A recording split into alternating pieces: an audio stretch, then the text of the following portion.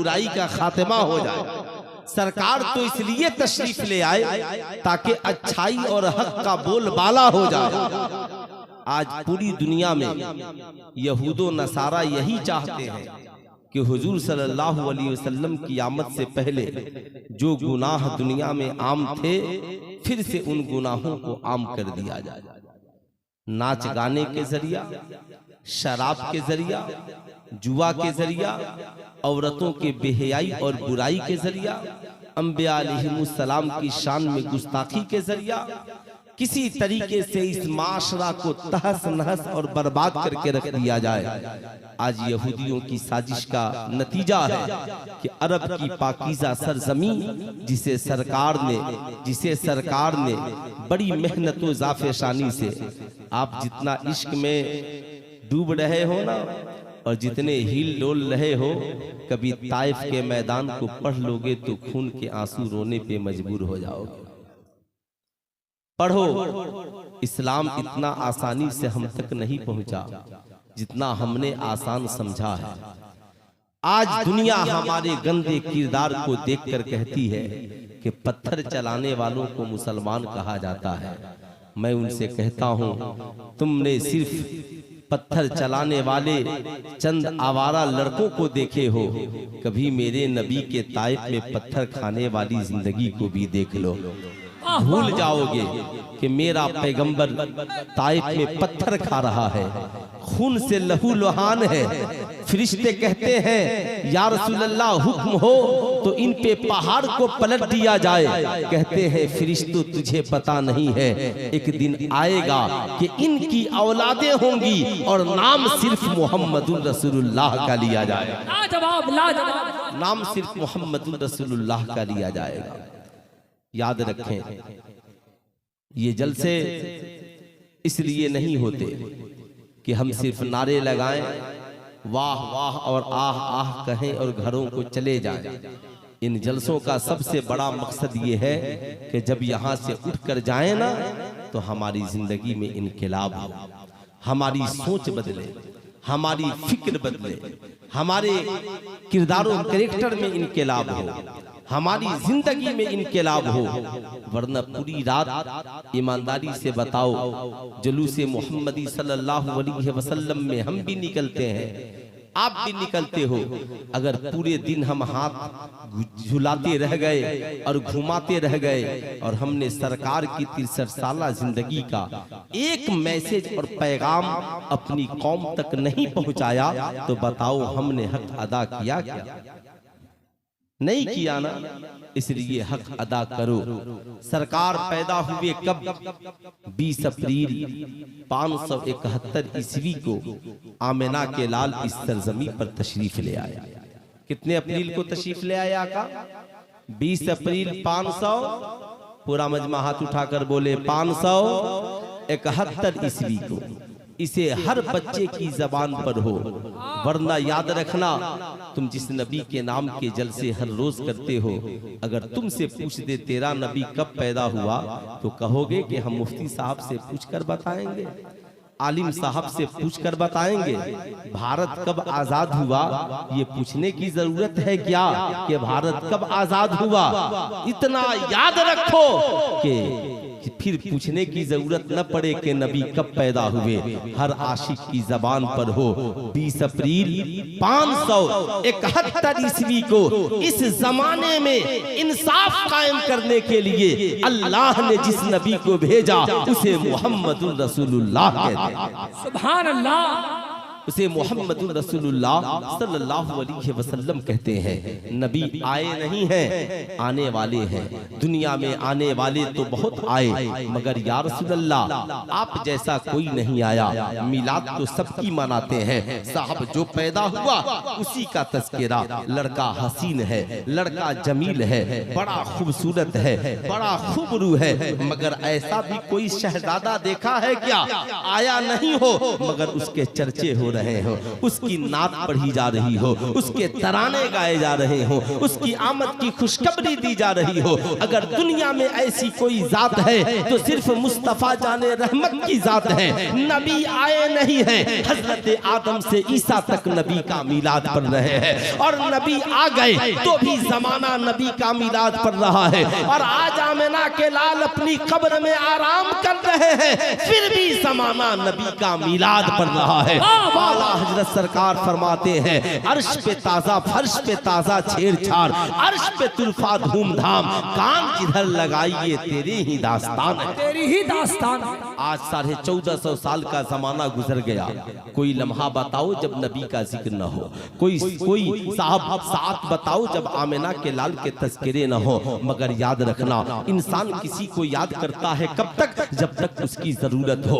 अख्तर रजा जियाई साहब की जब तक जरूरत है आप उन्हें याद रखते हैं, पीर साहब की जब तक जरूरत मुरीद याद रखता है, इमाम की जब तक जरूरत मुक्तदी याद रखता है, माँ बाप की जब तक जरूरत औलादें याद रखती हैं, भाई की जब तक जरूरत भाई याद रखता है। मगर वाह रे मेरे मुस्तफा, आपको अल्लाह ने ऐसी जरूरत बनाकर भेजा कि 571 ईस्वी में पैदा हुए, मगर जमाना 2024 में भी आपकी जरूरत महसूस कर रहा है। आप कहोगे मौलाना वो कैसे? मैं कहूंगा अख्तर रजा जियाई साहब, मैं चाहता हूं कि मैं खाना कामयाब तरीके से खाऊं। कहेंगे मौलाना जिंदगी आपकी हो, सीरत आमिना के लाल की हो, खाना हो नबी के तरीके को देखो, सोना हो नबी के तरीके को देखो, चलना हो नबी के तरीके को देखो, कामयाब ताजिर बनना हो नबी के तरीके को देखो, कामयाब सियासतदान बनना हो नबी के तरीके को देखो, अमीर हो नबी के तरीके को देखो, गरीब हो नबी के तरीके को देखो, मर्द हो नबी के तरीके को देखो, औरत हो नबी के तरीके को देखो। साहब जमाने ने देखा, जो नबी को देखा वो देखता रह गया, जिसने नबी की सीरत को अपना ली वो कामयाब वो कामरान हो गया। दुनिया ने देखने का नजरिया बदल लिया, अल्लाह के रसूल का किरदार देखकर। आज मैं आपसे पूछना चाहता हूँ, 1450 साल का जमाना गुजर गया, मगर बताओ मेरी कौम के शहजादों, आमिना के लाल ने पैदा होने के बाद दुनिया में सबसे पहला काम कौन सा किया? जमाने को पहला मैसेज और पैगाम क्या दिया? सैयदा आमिना खातून कहती हैं, दुनिया में बच्चे बहुत पैदा हुए, मगर हर बच्चा पैदा होने के बाद माँ की ममता तलाशता है, माँ का प्यार तलाशता है, माँ की मोहब्बत तलाशता है, माँ के दूध के कतरों को तलाशता है। मगर ये आमिना के लाल है, पैदा होते हैं निगाहों से उझल हो जाते हैं। सैयदा आमिना खातून परेशान हो जाती है, तलाश रही है मेरे शहजादे किधर गए। कहती है मेरी नजर जब पड़ी है मैंने क्या देखा, मेरे शहजादे मुहम्मदुर रसूलुल्लाह अपनी पेशानी को जमीन पे रखकर खुदा की बारगाह में सजदा कर रहे हैं। अभी दूध नहीं पिया है, सजदा कर रहे हैं। अभी माँ की गोद में आराम नहीं किया है, सजदा कर रहे हैं। अभी माँ की ममता को पेन की गोद में नहीं बैठे हैं, सजदा कर रहे हैं। जमाने को दर से वफा दे रहे हैं। दुनिया वालों, तेरी पैदाइश का मकसद है खुदा की इबादत करो, तेरी जिंदगी का मकसद है खुदा की बंदगी करो, तेरी जिंदगी का मकसद है पेशानियों में सजदों की तरफ पैदा करो। ये तेरा पैगंबर है। कुरान ने नबी की विलादत के 40 साल बाद कहा, वमा खलक़तुल जिन्ना वल इंसा इल्ला लियअबुदून, मगर आमिना के लाल ने पैदा होते ही ऐलान कर दिया, ऐ दुनिया वालों, जिंदगी का मकसद एक है कि हम खुदा की बंदगी करने वाले हो। लाजवाब नारे तकबीर, नारे रिसालत, सीरते मुस्तफा, खुदा की बंदगी करने वाले हो जाएं। अब मैं आपसे पूछना चाहता हूँ, ईमानदारी की बात बताइएगा। साहब ये नबी तो पैदा होते ही कह रहे हैं, हमने कभी अपने बच्चों से ये बातें की? मेरे शहजादे, जिस नबी के मिलाद की महफिल में हम आए हैं, जिस आका की विलादत के हम नारे लगा रहे हैं, जिस आका की विलादत के हम तराने गा रहे हैं, वो नबी तो पैदा होते ही नमाज पढ़ रहे हैं। बता, तुमने कभी जिंदगी में नमाजें पढ़ी हैं? तुमने अपनी पेशानियों को सजदों से कितना आबाद किया है? बता मेरी कौम की माँ बहन बहू बेटियों, क्या तुमने सरकार की मोहब्बत में कभी मुसल्ले बिछाए हैं? क्या तुमने भी कभी रात की तन्हाई में अपनी पेशानियों को खुदा की बारगाह में रखने का काम किया है? अगर नहीं रखा तो आज के इस जलसे से पैगाम लेकर के जाओ कि हमारी जिंदगी का सबसे असल मकसद यही है। आपको ये जानना पड़ेगा, हम मिलाद मनाने वाले हैं। मिलाद मनाना जानते हैं ना, हम मिलाद मनाने वाले हैं। मिलाद मनाने के लिए झंडियां चाहिए, मिलाद मनाने के लिए स्टेज चाहिए, मिलाद मनाने के लिए खतीब चाहिए, मिलाद मनाने के लिए शायर चाहिए, मिलाद मनाने के लिए अलहाज अख्तर रजा जियाई जैसा नकीब चाहिए, मिलाद मनाने के लिए आप जैसे सामईन चाहिए। मगर मैं कहता हूं सबसे ऊपर उठो, सबसे ऊपर उठो, नकीब से ऊपर, खतीब से ऊपर, शायर से ऊपर, पिंडाल से ऊपर, नारे से ऊपर, झंडियां से ऊपर, सबसे ऊपर उठ के बात करो। आज हम मिलाद नहीं मनाएंगे, आज हम मिलाद वाले मुस्तफा को मनाना चाहते हैं, आज हम मिलाद वाले आका को मनाना चाहते हैं। बताओ कितने लोग मनाना चाहते हो? हाथ उठा करके बोलो, सब मनाना चाहते हो? माशाअल्लाह। अब हाथ नीचे रखो। हुजूर हबीबे मिल्लत को मनाना हो तो क्या करोगे? अख्तर रजा ज़ियाई कहेंगे, उनकी पसंद का काम करना होगा। नदीम रजा फैजी को मनाना हो क्या करोगे? उनकी पसंद का काम करना होगा। मुफ्ती मुशर्रफ साहब को मनाना हो क्या करोगे? उनकी पसंद का काम करना होगा। माँ बाप को मनाना हो क्या करोगे? उनकी पसंद का काम करना होगा। टीचर को मनाना हो क्या करोगे? उनकी पसंद का काम करना होगा। पीर साहब को मनाना हो क्या करोगे? उनकी पसंद का काम करना होगा। आए तो बंदा के मर्द औरत बच्चे बूढ़े जवानों, नबी को मनाना है तो नबी के पसंद वाला काम करना होगा। शराब छोड़ दो, नबी को पसंद नहीं है। जना छोड़ दो, नबी को पसंद नहीं है। जुआ छोड़ दो, नबी को पसंद नहीं है। सूद छोड़ दो, नबी को पसंद नहीं है। रिश्वत छोड़ दो, नबी को पसंद नहीं है। डीजे पे नाचना बंद कर दो, नबी को पसंद नहीं है। साहब जहेज मांगना छोड़ दो, नबी को पसंद नहीं है। सुनो सुनो, जुआ खेलना छोड़ दो, नबी को पसंद नहीं है। नमाज पढ़ो, नबी को पसंद है। रोजा रखो, नबी को पसंद है। कुरान पढ़ो, नबी को पसंद है। सच बोलो, नबी को पसंद है। माँ बाप की खिदमत करो, नबी को पसंद है। बड़ों का अदब करो, नबी का वो नबी को पसंद है। सच्चे ताजिर बन जाओ, नबी को पसंद है। रात को इबादत में गुजार लो, नबी को पसंद है। छोटों पे शफकत करो, नबी को पसंद है। बड़ों का अदब करो, नबी को पसंद है। अस्सलातो कुर्रतो ऐनी, नबी फरमाते हैं नमाज मेरी आंखों की ठंडक है। नमाज पढ़ते जाओ, नबी के आंखों को ठंडक पहुंचती जाएगी। खुदा भी राजी हो जाएगा, मुस्तफा भी राजी हो जाएगा। लाजवाब नारे तकबीर, नारे रिसालत, मसलके आला हज़रत, पैगाम इस्लाम, शहंशाहे खिताब। मैं आपसे पूछना चाहता हूँ, कितने नौजवान हो जो रात की तन्हाई में खुदा को राजी करना चाहते हो? जरा हाथ उठाओ तो। कितने नौजवान हो? माशाअल्लाह माशाअल्लाह। ईमानदारी से हाथ नीचे रखो। मेरी तकरीर एक तहरीक के तहत होती है।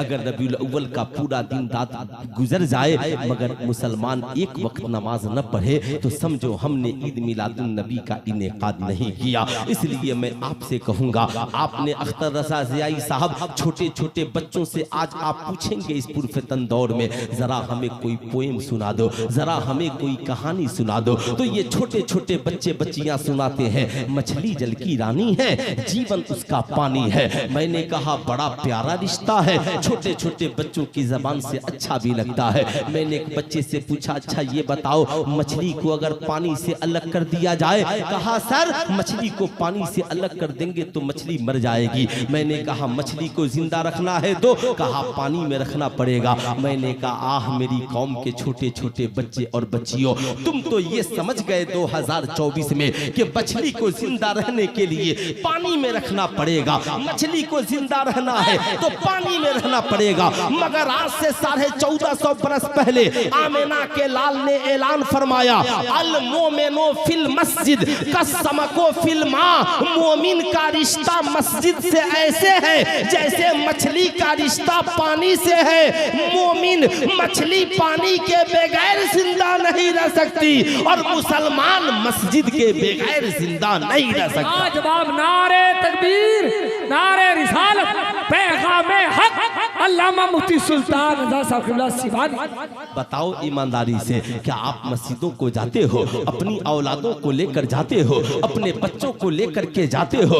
आप अपनी औलादों को जब आजान हो ना और फुर्सत में हो, घर पे हो, उंगलियां पकड़ के मस्जिद में लेकर जाओ। ए बेटा, मछली पानी के बगैर जिंदा नहीं रह सकती और मोमिन मस्जिद के बगैर जिंदा नहीं रह सकता। ऐ मेरी कौम की माओ बहनों, जब मुअज्जिन आजान पुकारे ना और नबी का नाम लेना, व अशहदु अन्ना मुहम्मदर रसूलुल्लाह, तो सुन, उस वक्त कहना लब्बैक या रसूलल्लाह, लब्बैक या रसूलल्लाह। सिर्फ जलसों में लब्बैक या रसूलल्लाह का नारा लगाने वालों और मस्जिदों को वीरान करने वालों, ये तुम्हारे नारे अधूरे हैं, ये तुम्हारे नारे दिखावे के हैं। तुम्हारा जुब्बा चमकीला हो सकता है, तुम्हारी टोपी चमकीली हो सकती है, तुम्हारे नारे ऊंचे हो सकते हैं, मगर ये नारे पाए तकमील को तभी पहुंचेंगे जब मस्जिद के मीनारों से अल्लाह उसके रसूल का नाम बुलंद हो, घर में औरतों का मुसल्ला बिछ जाए और मस्जिद में मुसलमानों की पेशानियां झुक जाए। लाजवाब नारे तकबीर, नारे रिसालत। तो कितने नौजवान हैं जो आज के बाद मस्जिदों को आबाद करेंगे? कितने नौजवान हैं? झूठे बात नहीं, जिसे नहीं जाना वो नहीं उठाएगा, है ना? बिल्कुल झूठी बात नहीं, जिसे नहीं जाना वो नहीं उठाएगा, दिखाने के लिए नहीं, रब की रजा के लिए। आज के बाद वादा करो कि हम लब्बैक लब्बैक लब्बैक अल्लाहुम्मा लक लब्बैक और लब्बैक या रसूलल्लाह लब्बैक। साहब याद रखना, सिर्फ कहा था डॉक्टर इकबाल ने ना कि मस्जिद तो बना ली शब भर में, ईमा की हरारत वालों ने मन अपना पुराना पापी था, बरसों में नमाजी बन न सके। ऐ मेरी कौम के शहजादों जागो, बेटियां मुर्तद हो रही हैं, औरतें गैरों के साथ भाग रही हैं, तेरे जहेज मांगने की वजह से बेटियां दूसरों के साथ शादियां कर रही हैं। कब बैठ करके सोचोगे? सिर्फ तुम्हारे जिम्मे एक ही काम नहीं है, जरा तुमने कभी सीने पे हाथ रख करके सोचा, आज जिन्हें साहब आला हजरत ने आज से 100 बरस पहले जिन जालिमों की निशानदेही की और कहा तुझसे और जन्नत से क्या मतलब, वहां भी दूर हो, हम रसूलुल्लाह के जन्नत रसूलुल्लाह की आज उनकी तौहीनें बढ़ती चली जा रही है। कल तक तो ये था माशअल्लाह सरकार की शान में गुस्ताखी, अब तो कुरान की आयतों पे उंगलियां उठा रहे हैं। अल्लाह ने फरमाया ज़ालिकल किताबु ला रैब फी, ये वो मुकद्दस किताब है जिसमें शक की कोई गुंजाइश नहीं है, शक की कोई गुंजाइश नहीं है। इसलिए मैं आपसे कहूंगा जरा बेदार रहिएगा, याद रखिएगा, सैयदा आमिना खातून ने जमाने को मैसेज और पैगाम दिया, दुनिया वालों, मेरा और तेरा पैगंबर पैदा होते ही खुदा की बारगाह में सजदा कर रहा है। इंशाअल्लाह हम भी अपनी जिंदगी को सजदों से भर लेंगे। इंशाअल्लाह भरेंगे ना? हाथ उठाकर बोले इंशाअल्लाह, इंशाअल्लाह जरूर सजदे करेंगे। ऐ मेरी कौम की माओ, तुम भी करना, अपनी पेशानियों को सजदों से आबाद रखना। आप बुरा ना मानना, हम लोग अली वाले हैं, हजरत अली से प्यार करने वाले हैं। आपसे मैं एक बात पूछना चाहता हूँ, हजरत अली की जिंदगी का कभी आपने मुताला नहीं किया? मुताला नहीं किया तो कीजिए। असल में हम लोग सिर्फ अली अली अली अली अली अली अली अली अली अली अली अली अली अली, अब इतनी बार अली कहा मगर कभी हजरत अली के बारे में पढ़ा ही हमने खूब कह लिया मगर एक बार भी नहीं पढ़ा, एक बार भी पढ़ने की जुर्रत नहीं की। आओ जरा हजरत अली की एक सीरत सुनो, इजाजत है? अरे बोलिए जरा जोर से, इजाजत है? सुनाऊं? सरकार मौलाए कायनात है और आका के घर तशरीफ फरमा है, बोल दे सुभान अल्लाह। अभी आका ने इस्लाम का ऐलान नहीं किया, आका ने इस्लाम का ऐलान, आका की 63 साल जिंदगी, 40 साल आका किरदार से इस्लाम की तबलीग करते रहे और 23 साल सरकार जबान से भी तबलीग करते रहे और किरदार से भी तबलीग करते रहे। हजरत अली फरमाते हैं कि मैं आका के घर आराम कर रहा था, रात को मेरी आंख खुली तो मेरी नजर पड़ गई किस चीज पे नजर पड़ी? हजरत अली कहते हैं एक तरफ मुस्तफा जाने रहमत का मुसल्ला बिछा था और दूसरी तरफ उम्मुल मोमिनीन सैयदा खदीजतुल कुबरा का मुसल्ला बिछा था। एक तरफ रसूलुल्लाह जैसा शौहर नमाज पढ़ रहा था और दूसरी तरफ सैयदा खातूने जन्नत की वालिदा सैयदा खदीजतुल कुबरा नमाज पढ़ रही थी। ईमानदारी से बताना मेरी कौम के शहजादों, बताओ ईमानदारी से, क्या आज हमारे घरों में भी मियाँ बीवी के मुसल्ले बिछते हैं? क्या हम भी कभी बैठकर अपनी बीवियों के साथ मुसल्ले बिछाते हैं? बुरा ना मानना, नारे तो बहुत लगते हैं, लगाएं सुभान अल्लाह, क्या बात है, मगर काश अच्छा होता। घर सजाने वालों खूब सजाओ, मंडियां सजाने वालों खूब सजाओ, गलियां सजाने वालों खूब सजाओ, लेकिन गलियां सजेंगी तो सिर्फ गलियां रोशन होगी जिस दिन हमने अपनी जिंदगी को नबी के किरदार से सजा लिया। हमारी दुनिया भी रोशन हो जाए और हमारी आखिरत भी रोशन हो जाए। सुनो सुनो, सरकार मौलाए कायनात कहते हैं, मैं देखा तो हैरत में पड़ गया, आका कभी सजदा कर रहे हैं, कभी कयाम कर रहे हैं, कभी रुकू कर रहे हैं। आका सजदे में है, सैयदा सजदे में है, आका कयाम में है, उम्मुल मोमिनीन सैयदा खदीजतुल कुबरा भी कयाम में है। आका कुरान पढ़ रहे हैं, सैयदा सुन रही है, अल्लाह अल्लाह साहब तिलावत हो रही है, इबादत हो रही है। सरकार मौलाए कायनात कहते हैं कि मैं सोच में पड़ गया, ये कौन सी इबादत हो रही है? सामने कोई स्टैचू नहीं है, सामने कोई बुत नहीं है, सामने कोई तस्वीर नहीं है और मुस्तफा जाने रहमत पेशानी को झुका रहे हैं। कहते हैं हजरत अली, जब मैंने मियाँ बीवी यानी मुस्तफा जाने रहमत और सैयदा खदीजतुल कुबरा की नमाज को मैंने देखा तो मेरे दिल ने इस्लाम कबूल कर लिया और मैं भी मुसलमान हो गया। अब मुझे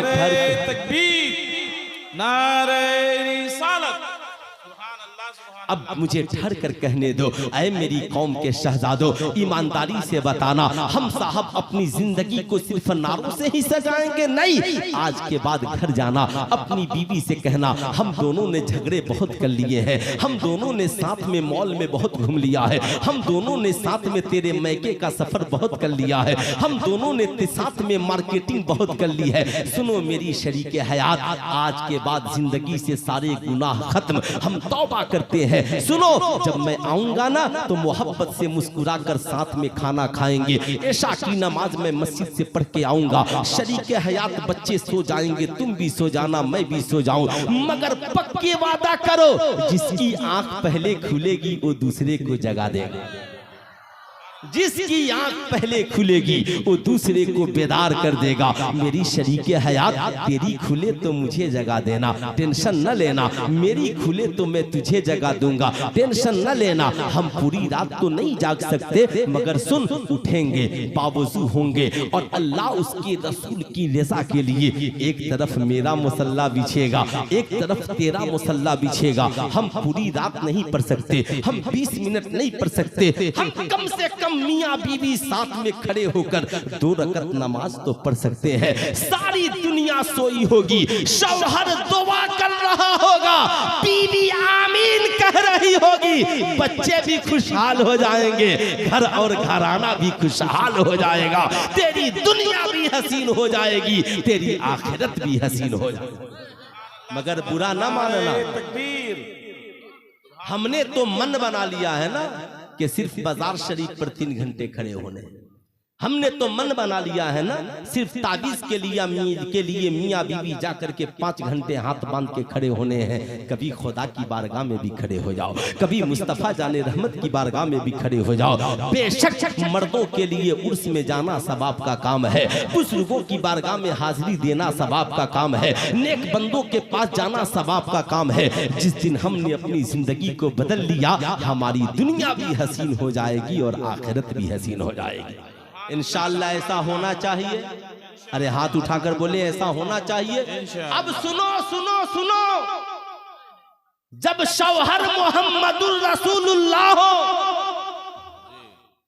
और बीवी उम्मुल मोमिनीन सैयदा खदीजतुल कुबरा हो, तो उनकी सजदों की बरकत से खुदा उनकी गोद में सैयदा फातिमा ज़हरा को पैदा करता है और सुनो, जब बीवी सैयदा फातिमतुज ज़हरा हो और शौहर मौलाए कायनात हो, तो इन दोनों की सजदों की बरकत से सजदा बचाने वाला, करबला में जख्म खाकर 72 जख्म खाकर पेशानी को सजदे में रखकर सजदा बचाने वाला हुसैन इब्ने अली जन्म लेता है। नारे तकबीर, नारे रिसालत, सुभान अल्लाह, सुभान अल्लाह, है ना। इसलिए सुभान अल्लाह। सिर्फ है ना। अच्छा, मेरी बात कितनों को बुरी लगी? किसी को बुरी नहीं लगी? लगी तो है, बहुतों को मिर्ची लगी है। जाहिर सी बात है, लगनी भी चाहिए। सरकार से किसी ने कहा, आका आप उनके बुतों को बुरा न कहें, उन्हें तकलीफ होती है। आका ने कहा लगने दो, आका ने कहा लगने दो, इसलिए कि हम तो एक खुदा की तारीफ करने के लिए आए हैं। हम तो एक खुदा की तारीफ करने के लिए आए हैं, एक खुदा की तारीफ करने के लिए आए हैं। आओ जरा सा आगे बढ़ो। अब साहब, ये तो सैयदा आमिना खातून की गोद की बात थी, इसलिए मैं अपनी कौम की माओ बहनों से कहूंगा, आज के इस जलसे से पैगाम लेकर जा। कब तक तू ताबीज के पीछे भागती रहेगी? मौलवी साहब ताबीज लिख दीजिए, बेटी नेक हो जाए। मौलवी साहब ताबीज लिख दीजिए, बेटा नेक हो जाए। मौलाना साहब ताबीज लिख दीजिए, मेरा बेटा शराबी हो गया है, मेरी बेटी आवारा हो गई है। ऐ मेरी कौम के वालिदैन, बच्चे बच्ची को जन्म देने से पहले खुद नमाजी बन जाओ, इंशाअल्लाह औलादे नेक जन्म लेंगी, औलादे नेक होंगी। तुम भी नेक बनो, इंशाअल्लाह तुम्हारी औलादे भी, हाथ उठाकर बोले औलादे भी नेक होंगी। माशा अल्लाह, माशा अल्लाह। अब आओ जरा सा सैयदा दाई हलीमा के करीब पहुंचते हैं। सैयदा, आपने मेरे सरकार को कैसा पाया है? आपने मेरे आका को कैसा देखा है? सैयदा खदीजत, सैयदा दाई हलीमा कहती हैं, मेरा काम ही था बच्चों की परवरिश करना, मेरा काम ही था बच्चों को गोद में लेना, मेरा काम ही था बच्चों को दूध पिलाना। मगर सैयदा कहती हैं, मैंने दुनिया में बच्चे बहुत देखे, मगर मैं जब आका करीम को लेने के लिए गई, दुनिया वालों पूछो मत, जब मैंने आका को देखा तो मैं देखती रह गई। सैयदा क्या हुआ? कहा बच्चे बहुत देखे थे, मगर इतना हसीनो जमील बच्चा नहीं देखा था, इतना सोड़ा और खूबसूरत नहीं देखा था, इतना हसीनो जमील नहीं देखा था। सैयदा कैसा पाया मेरे महबूब को? सैयदा कहती हैं, सैयदा दाई हलीमा, न पूछ कैसा पाया, बल्कि आला हजरत की जबान में यूं कहिए, यही बोले सिदरा वाले, चमने जहां के थाले, सभी मैंने छान डाले, तेरे पाए का न पाया, तुझे यक ने यक बनाया, तुझे हमद है खुदाया, तुझे हमद है खुदाया, तुझे हमद है खुदाया। कहती हैं, मैं करीब गई सरकार के, आका आराम कर रहे थे, झूला झूल रहा था, आंखें बंद थी। मैंने सोचा आका को बेदार करूं, जो ही करीब गई, आका की आंख मुबारक खुद ब खुद खुल गए। आका की निगाहें मुझ पर पड़ी, आका देखकर मुस्कुरा पड़े, यूं मुस्कुराए जान सी कलियों में पड़ गई, यूं लब कुशा हुए के गुलिस्ता बना दिया। अब आका ने आंख खोलकर जब पहली बार सैयदा दाई हलीमा को देखा तो क्या किया? मुस्कुरा दिया। क्या किया? अरे हाथ आप भी मुस्कुरा करके बोलिए, क्या किया आका ने? मुस्कुरा दिया। और हमें जिंदगी में दूसरे से मिलने का सलीका बता दिया, जिंदगी में दूसरे से मिलने का सलीका बता दिया। आपकी भी आंखें बंद हो और अख्तर रजा ज़ियाई करीब में आकर खड़े हो, आंखें खुले तो सरकार की सुन्नत अदा कर लो। घर में सोए हो, बीवी बगल में आकर खड़ी हो, पांव दबाकर बेदार कर रही हो, आंखें खोलो तो मुस्कुरा दो। बच्चे बगल में हो, आकर बेदार कर रहे हो, आंखें खोलो तो मुस्कुरा दो। जब तक कहीं बैठे हो, तेरा कोई करीबी आकर बगल में खड़ा हो जाए, देखकर मुस्कुरा दो। उसका दिल बेकरार होगा ना, तो तेरी मुस्कुराहट से करार मिल जाएगा। अगर वो परेशान होगा ना, तो तेरी मुस्कुराहट से उसके दिल को करार मिल जाएगा। गमज़दों को रज़ा मुज़्दा दीजिए के है वो जाने मसीहा हमारा नबी, है वो जाने मसीहा हमारा नबी। इसलिए मुस्कुराना मेरे और आपके नबी की, हाथ उठाकर बोले नबी की, बीवी को देखो मुस्कुरा दो, बच्चों को देखो मुस्कुरा दो, उस्ताद को देखो मुस्कुरा दो, भाई को देखो मुस्कुरा दो, अपनी कंपनी के बॉस को देखो मुस्कुरा दो, अपने साथियों को देखो मुस्कुरा दो। लोग आपस में बैठकर तस्करे करेंगे, यार बड़ा अच्छा इंसान है, गम में भी मुस्कुराते हैं वो फूल की तरह, दामन रसूले पाक का जो छोड़ते हैं। गम में भी मुस्कुराते हैं, गम में भी मुस्कुराते हैं वो फूल की तरह, दामन रसूले पाक का जो छोड़ते नहीं। सुनो, आज मेरी भी तबीयत कर रही है, क्या सिर्फ शायरों की ही तबीयत करती है कि हम खूब उछले कूदे यहाँ से वहां तक पढ़े? कभी हमारी भी तबीयत करती है यार हम भी नबी के हुस्न के खूब तस्करे करें, हम भी नबी की सीरत को खूब बयान करें, हम भी तुमसे कहें बोल बोल, लेकिन नहीं साहब, मैं चाहता हूँ साइस्तगी के साथ, मैं चाहता हूँ अच्छे लबो लहजे में एकदम आशिके मुस्तफा बन करके सुनिए। जरा दोनों हाथों को उठाकर प्यार से एक बार बोल दीजिए या रसूल अल्लाह, और जरा मोहब्बत से बोल दीजिए या हबीब अल्लाह। माशा अल्लाह माशा अल्लाह। ताज साउंड का क्या कहना साहब, इनकी मोहब्बतें हैं, बस एक पॉइंट और वॉल्यूम बढ़ा देंगे ना सरकार की मोहब्बत में तो इंशाअल्लाह और इसमें जान पैदा हो जाए। माशाअल्लाह सुने, सैयदा दाई हलीमा कहती हैं कि आका ने देखकर क्या किया, भूल गए आप लोग, आका ने देखकर क्या किया, मुस्कुरा दिया। इस बुढ़ापे में चचा मुस्कुरा रहे, कितना अच्छा लग रहा है, लग रहा है ना, लग रहा है ना। अगर बेटा घर आए और बाप को देखकर मुस्कुरा देना तो बीमार बाप भी अच्छा हो जाएगा। बोलिए गलत बोल रहा हूँ, गलत बोल रहा हूँ? बूढ़ी माँ हो, कहीं से आओ, उसके करीब जाकर मुस्कुरा दो ना तो माँ सारी बीमारी को भूलकर तुझे गले से लगाए, सारी बीमारी भूलकर। ये मुस्कुराहट इलाज है। क्यों नबी ने मुस्कुराया? सैयदा हलीमा बड़ी परेशान थी। सुनिएगा, गौर से सुनिएगा, पसे मंजर सुनिए, आपको जानना भी चाहिए। आपने सिर्फ शायरी सुनी है, कभी हलीमा का दुखड़ा नहीं सुना है, आका की मुस्कुराहट के तज़किरे नहीं सुने हैं, सुनना चाहिए। सुनो, सैयदा दाई हलीमा कहती हैं, जमाना कहत साली का था, हम बड़े परेशान रहते थे, हमारे घरों में इतना खाना नहीं होता था कि हम पेट भर करके खा सके।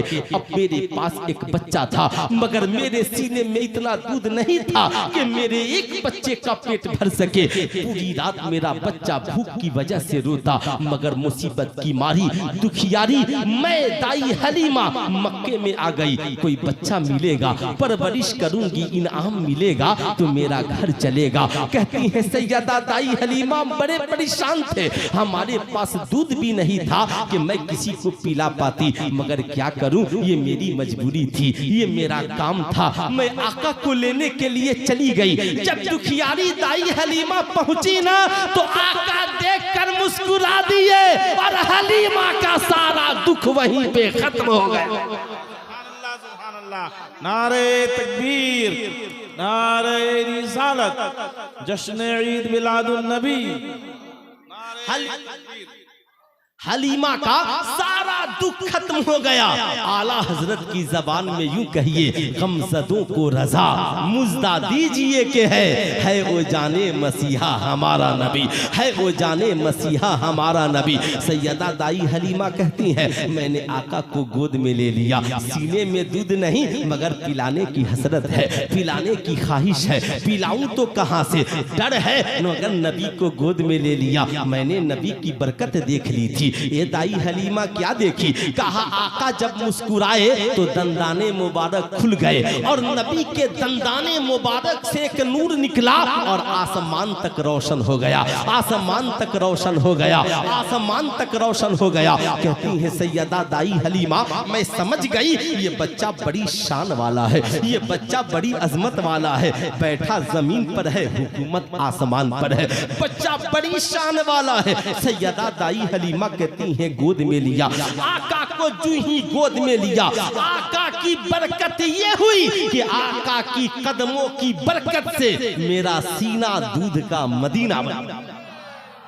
मेरा सीना दूध का मदीना बन गया, जिसमें इतना दूध नहीं था कि एक बच्चा पी सके। मेरा सीना लबरेज हो गया, भर गया। मैंने आका को दाईं जानिब दूध पिलाया, आका ने जी भरकर पिया। मैंने सोचा औरतों की आदत होती है बच्चों को एक जानिब पिलाने के बाद दूसरी जानिब का भी दूध पिलाती है। आका को इन्होंने भी पलटा और कहा, आका अब इधर दूध नोश फरमा ले। मगर कौनैन के ताजेदार, इंसाफ कायम करने वाले मुस्तफा ने माँ दाई हलीमा की गोद में बैठकर दुनियाए इंसानियत को ये दर्श दिया, ये तेरा पैगंबर है जो भाई का हक मारने नहीं बल्कि भाई को भाई का हक दिलाने के लिए आया है, पड़ोसी को पड़ोसी का हक दिलाने के लिए आया है, जमाने में इंसाफ का बोलबाला कायम करने के लिए आया है।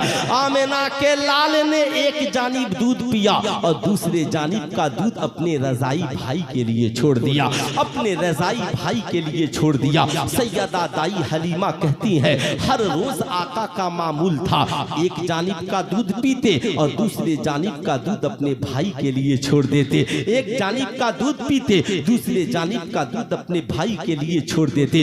ऐ मेरी कौम के शहजादों, अल्लाह के नबी ने सैयदा दाई हलीमा की गोद में बैठकर पूरी दुनिया के इंसानों को मैसेज और पैगाम दिया। ऐ दुनिया के इंसानों, भाई के साथ बेईमानी न करना, जो अपने लिए पसंद करना वो अपने भाई के लिए पसंद करना, जो खाना अपने भाई को खिलाना, जो पीना अपने भाई को पिलाना, जो पहनना अपने भाई को पहनाना, जहां रहना अपने भाई को रखना, हर मुमकिन कोशिश अपने भाई की मदद करते रहना। अल्लाह अगर एक प्याला दूध दे, आधा खुद पीना, आधा भाई को पिला देना। अल्लाह अगर एक रोटी मैसर करे, आधी रोटी खुद खाना और आधी रोटी अपने भाई को खिला देना। मगर बुरा मत मानना, आज के इस पुरफितन दौर में हम माँ बाप के इंतकाल के बाद पूरी बस्ती को खाना खिलाते हैं मगर गरीब भाई को पूछने तक नहीं जाते हैं। बहन गरीब है, हम कभी उसे एक काल तक नहीं करते हैं। साहब हमारी दौलत दोस्तों के लिए है, हमारी दौलत साहब दौलत हमारी पार्टियों के लिए है। हम साहब पार्टियों पे पार्टियां करते हैं, हमारा गरीब भाई खाया कि नहीं खाया हमें कभी इसकी फिक्र नहीं रही। आज के इस जलसे से पैगाम लेकर के जाओ, आज समाज इतना बिगड़ गया, आज माशरा इतना बिगड़ गया, जो बच्चे माँ बाप की खिदमत नहीं करते वो भला भाई की खिदमत क्या करेंगे। सरकार ने फरमाया, नहीं तुम में का कोई भी शख्स उस वक्त तक मोमिने कामिल नहीं हो सकता। सरकार कब तक कहा, जब तक जो अपने लिए पसंद करे वो अपने भाई के लिए पसंद न करे। सरकार ने फरमाया, जो अपने लिए पसंद करो वो अपने भाई के लिए पसंद करो। मगर आज हालात बुरे हैं, हम अमीर हो गए, भाई गरीब है तो उसे अलग कर देते हैं। माँ बाप इंतकाल कर गए तो गरीब भाई से कहते हैं, या तो जमीन का पैसा दे दे या जमीन मुझसे ले ले। साहब भाई गरीब है, कहां से देगा।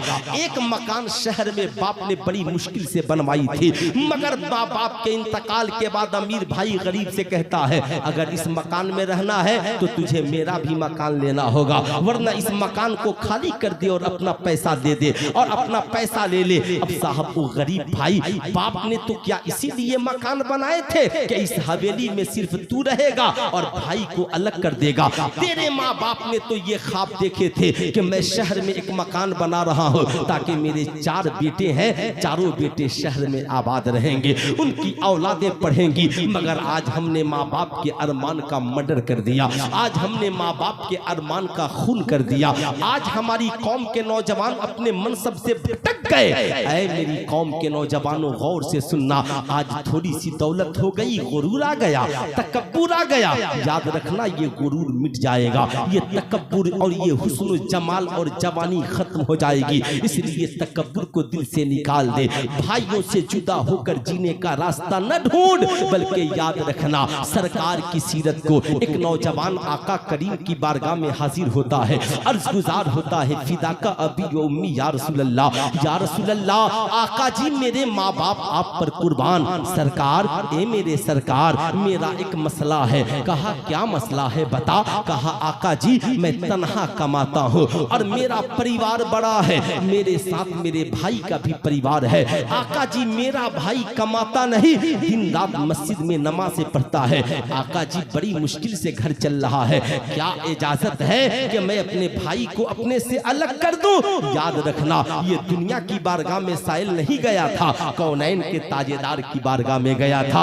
अगर आज के किसी मौलवी साहब के पास गया होता ना तो ये समझाते, बाद में कह देते नहीं कमाता है तो अलग क्यों नहीं कर देते, सारे दिमाग ठिकाने लग जाएंगे। मगर ये कौनैन के दूल्हा है, कौनैन के ताजेदार है। अल्लाह ने इन्हें वमा अरसलनाका इल्ला रहमतल लिल आलमीन बनाकर भेजा है। कौनैन के ताजेदार मुस्कुराते हैं और मुस्कुरा कर फरमाते हैं, नौजवान तूने क्या कहा, भाई को अलग करना चाहता है? ना ना, अरे कोई तेरा रिस्क थोड़ी खा रहा है, हर इंसान अपने मुकद्दर का रिस्क खाता है। सुनो, तेरी जिम्मेदारी और बढ़ गई। कहा आका क्या? कहा तेरे नबी का हुक्म ये है कि आज के बाद कमाना तो खुद बाद में खाना और अपने भाई को पहले खिलाना।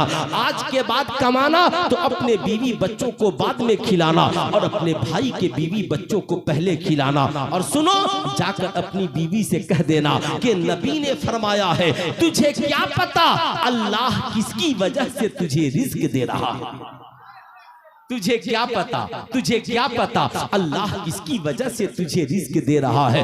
इतना सुनना था, साहब ये रसूल वापिस पलटे, घर गए, बीवी से जाकर कहा, सुना है सरकार ने जिम्मेदारी बढ़ा दी है। कहा क्या कहा सरकार ने? कहा आका ने कहा है आज के बाद कमाना तो खुद बाद में भाई को पहले खिलाना, आज के बाद कमाना तो अपने बीवी बच्चों को बाद में और अपने भाई के बीवी बच्चों को पहले खिलाना। कहा कि अपनी बीवी से कह देना, क्या पता अल्लाह किसकी वजह से तुझे रिस्क दे रहा है। बीवी मुस्कुरा पड़ी, बोली मेरे शौहर, आका ने मेरा मसला हल कर दिया, आका ने मेरा मसला हल कर दिया। मेरे ज़हन में ये बात थी, कमाता मेरा शौहर है, उसका भाई खा जा रहा है, उसके बीवी बच्चे खा जा रहे हैं, मगर नबी ने मसला हल कर दिया।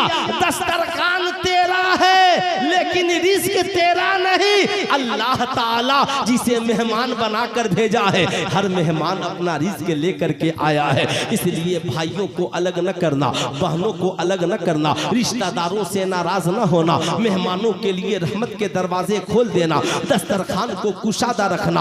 आका करीम ने सिर्फ छोड़ा नहीं, उनके भाई को भी बुला लिया। मियाँ मैंने सुना है आप सिर्फ नमाजें पढ़ते हैं, आप कमाते नहीं हैं, शर्मसार हो गए। कहा आका जी बेशक सही है। कहा आका ने सुनो, क्या अल्लाह ने कुरान में नहीं फरमाया इज़ा क़ुज़ियतिस सलात फंतशिरू फिल अर्द, जब तुम नमाज पढ़ लो तो जमीन में रिज़्क़ हलाल कमाने के लिए फैल जाओ। सुनो, आज के बाद नमाज पढ़ के मस्जिद में न ठहरना, बल्कि इतना कमाओ कि तेरे भाई के बाजू मजबूत हो जाए, तेरे भाई की गरीबी दूर हो जाए, तेरी बेटियां खुशहाल हो जाएं, तेरी बीवियां खुशहाल हो जाएं। मर्द हो, मर्द हो, मर्द हो तो घर में बैठ करके न रहना, अपनी ताकत का इस्तेमाल हलाल कमाई के लिए करना, अपने जिस्म का इस्तेमाल हलाल कमाई के लिए करना। तेरा मैं जानता हूँ भाई बड़े हो, बोझ बड़ा है, छोटों को पढ़ा दिया, छोटे बड़े हुए ना कमा कर अलग हो गए, टेंशन न लेना, बल्कि उन छोटों को खाते वक्त ना अपनी गुरबती के दस्तरखान पे बैठाना और बैठा करके प्यार से खिलाना। बीवी से कहना उसी मोहब्बत से पानी दो जैसे इन्हें बचपन में देती थी, और कहना मेरे भाई अल्लाह का करम है, अल्लाह का करम है। जब तुम छोटे थे ना तो मैं इतना नहीं सोचता था, मैं सोचता था मेरे भाई कैसे बड़े हो जाएं। अल्लाह ने तुझे कामयाब कर दिया, तो ये सोच करना अलग हो रहा है मेरे पास औलादे बहुत है, मेरे पास बेटियां हैं, मेरी बेटियां जवान हो गई हैं, तुझे इनकी शादियों में पैसे देने पड़ेंगे। मेरे भाई सुन, न देना, अल्लाह बहुत बड़ा है, मगर जहां रहना ना ईमानदारी से जीना, अच्छाई से जीना। तू खुद अलग हो रहा है, जा आज तेरे पास अमीरी है, अलग हो जा, मगर जिंदगी में कभी गरीबी आए ना तो अपने भाई के दस्तरखान को याद कर लेना। तेरे भाई के दस्तरखान का दरवाजा कल भी तेरे लिए खुला था और आज भी तेरे लिए खुला है, आज भी तेरे लिए। नारे रिसालत मसलके आला हजरत, सुभान अल्लाह, सुभान अल्लाह। तो कितने नौजवान अपने भाई के लिए दस्तरखान का दरवाजा खोलेंगे? जरा हाथ उठाएं तो कितने खोलेंगे? सुभान अल्लाह। आज आपने तबीयत हरी भरी कर दी, अब तकरीर नहीं भी कराओगे, इजाजत दो, खत्म कर दूं तकरीर। खत्म कर दूं, कोई बात नहीं है। अब मुझे जो मैसेज पहुंचाना था मैंने पहुंचा दिया। अख्तर रजा ज़ियाई साहब का हुक्म होगा, एक हिंदुस्तान का सुलगता हुआ मसला। बरेली शरीफ के उर्स में इस बार मुफ्ती साहब किबला ने मुझे निशानदेही की, कहा आप लोग पूरे भारत में जाइए तो कम से कम बरेली शरीफ की तरफ से ये पैगाम पूरे भारत में जरूर पहुंचाइए, जरूर पहुंचाइए। इजाजत है आप लोगों की? इजाजत है? पहुंचा दूं वो पैगाम, लेकिन दिल थाम कर सुनना। जरा एक बार कोई नौजवान खड़े होकर अपने भाई की मोहब्बत में नारा लगा दे। माँ बाप की मोहब्बत में बहुत लगाए हो, है ना? माशाल्लाह।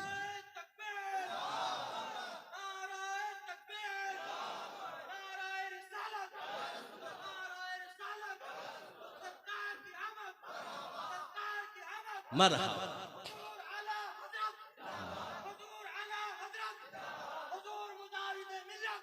जिंदाबाद, जिंदाबाद।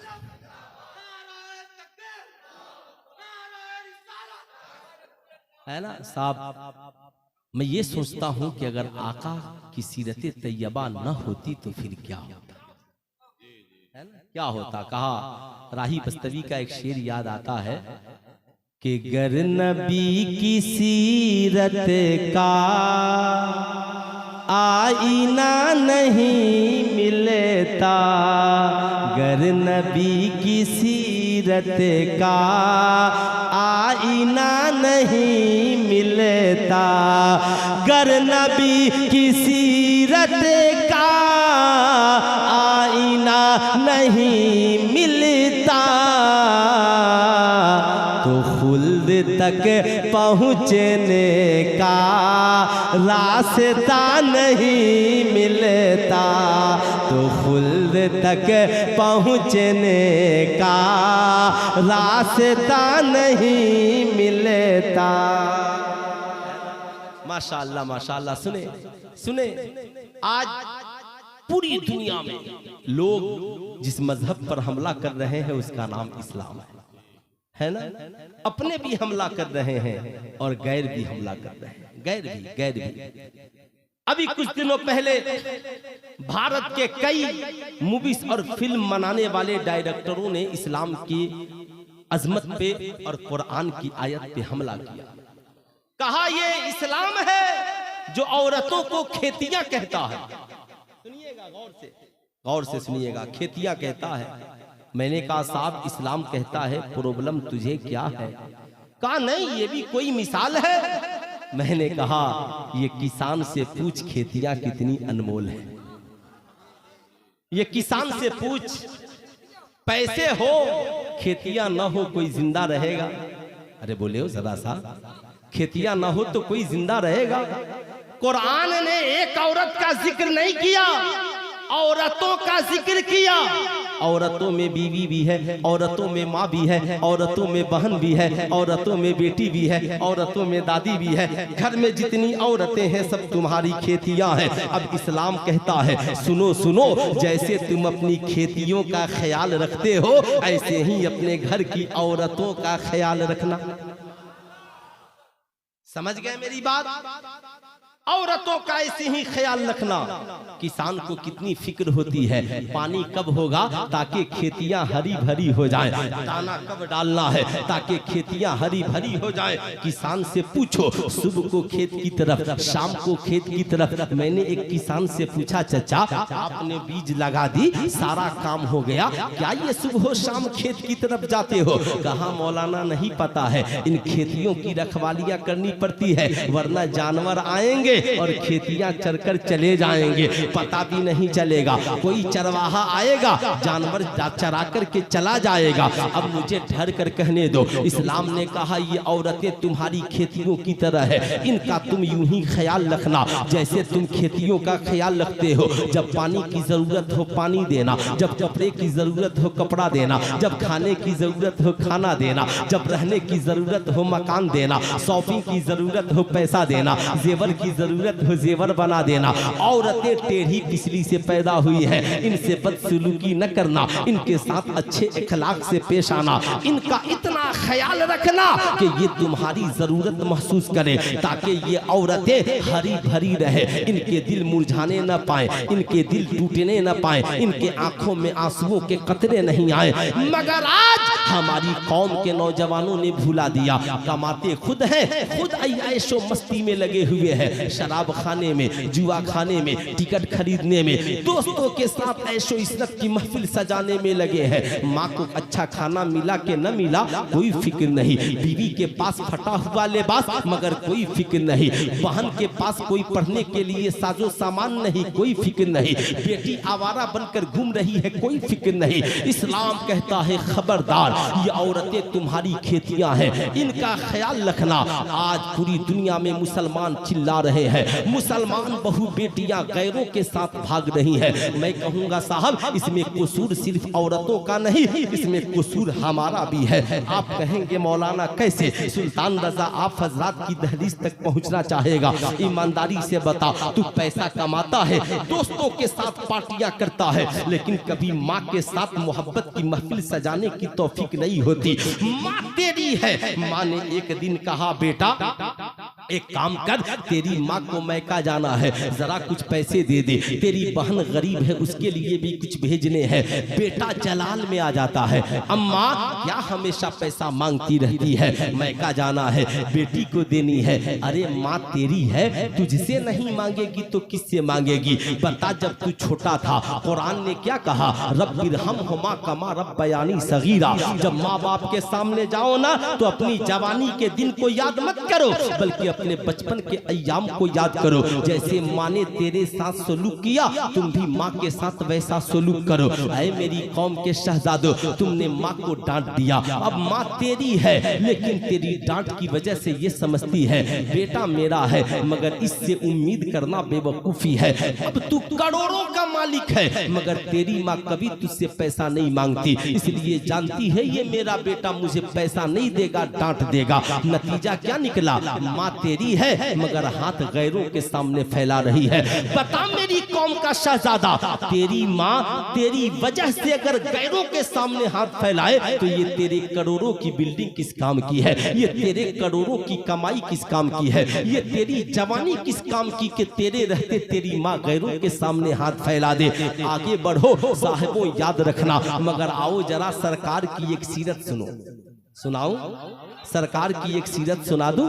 जरा मचलकर बोल दे सुभान अल्लाह, है ना? सुनो सुनो आका की सीरत। सरकार है सहाबा की झुरमुट में मस्जिद नबवी शरीफ में बैठे हैं, इतने में सरकार की रजाई वालदा सैयदा दाई हलीमा आ जाती है। आका करीम की नजर अपनी दूध पिलाने वाली माँ पे पड़ी है। आका मुस्कुराकर खड़े हो गए, सहाबा भी खड़े हो गए। आका करीम अपनी चादरे मुबारक को उतारते हैं, जमीन पर बिछाते हैं, कहते हैं अम्मा जी आपके बैठने की जगह वो नहीं, आपके बैठने की जगह ये है। सैयदा दाई हलीमा बैठ जाती है। आका कहते हैं अम्मा जी बड़े दिनों बाद आई है, खैरियत तो है ना? तबीयत ठीक है ना? बुरा न मानना, ईमानदारी से बता।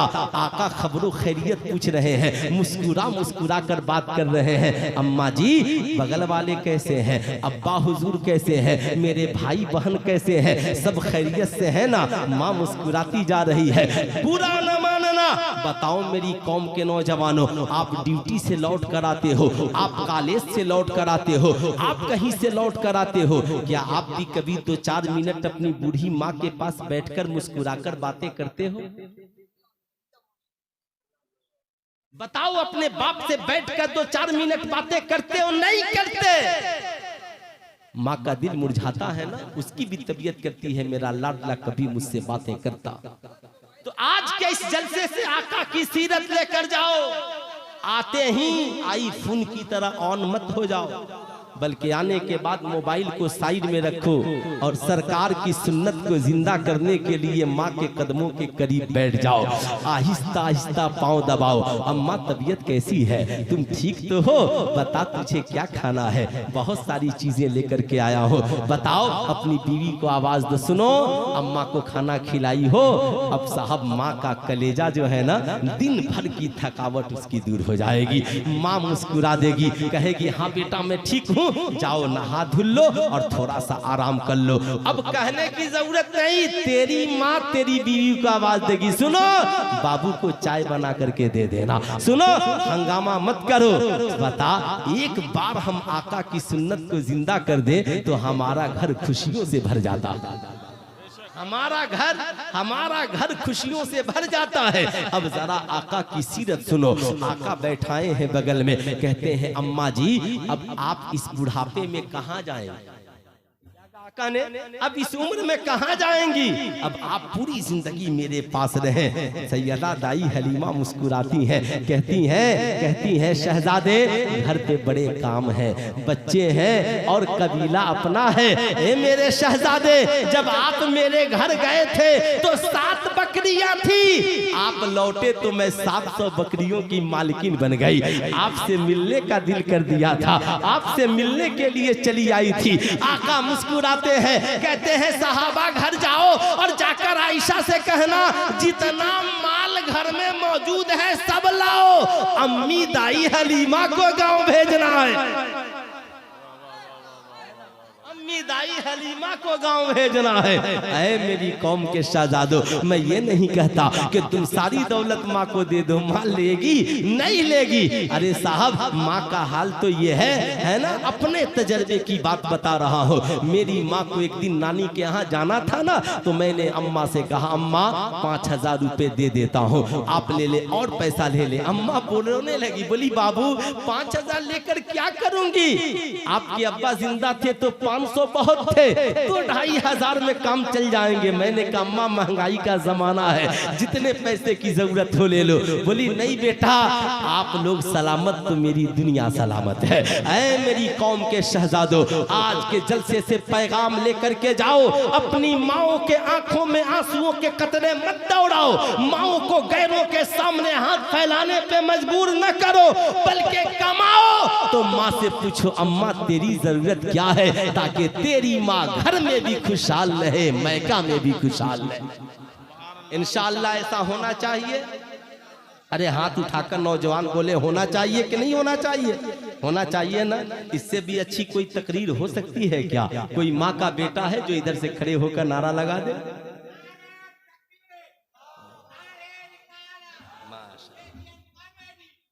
माशाअल्लाह, शुक्रिया शुक्रिया।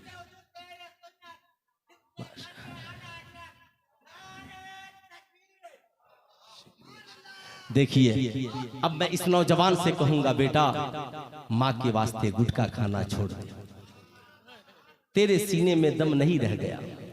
बुरा मत मानिएगा मेरी बात का, एक बात सुने, एक बात में बात आ ही गई है, जैसे दो बंदा में बंदगी आ ही जाती। सुनो, इस्लाम में आत्महत्या करना जायज है? हाथ उठा करके बोले आत्महत्या करना जायज है? नहीं है ना। गुटखा खाते हो, सिगरेट पीते हो, शराब पीते हो, क्या लिखा रहता है? अगर कोई बंदूक लाकर गोली मार दे तो भी मौत होगी कि नहीं होगी? और कोई गुटखा खाकर दिन ब दिन मौत के मुंह में जाए तो भी मौत होगी कि नहीं होगी? मेरी बात समझ गए ना? अब इससे आगे बोलने की जरूरत नहीं है। नौजवानों अपने आप को बचाओ। घूसी मदीनतुल उलमा है, आप पता कर लेना। फकीर नहीं डरता। हुजूर सदरुल शरिया की गली में मैं तकरीर कर रहा था तो मैंने हंसते हुए नौजवानों से कहा मैं तो सुभान अल्लाह इस डर से नहीं कहलवाता कि आपका कपड़ा खराब हो जाए।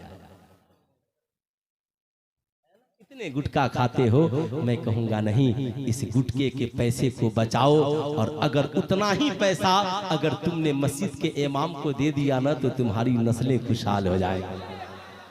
नस्लें नस्लें, सिर्फ एक गुटके का पैसा जमा कर दोगे ना, नस्लें खुशहाल हो जाएंगी। अब जरा सा सुनो, माँ की बात आई गई, खत्म हो गई। इसे याद रखना, अगर हम माँ के साथ सलूक नहीं करेंगे तो मेरी माँ गैरों के साथ में हाथ फैलाएगी। बीवी तेरी मगर उसके साथ आपका सलूक अच्छा नहीं। सरकार ने फरमाया दुनिया में सबसे अच्छा इखलाक वाला इंसान वो है जिसका इखलाक उसके बीवी और बच्चों के साथ अच्छा। सारी दुनिया के साथ आपके इखलाक अच्छे हैं।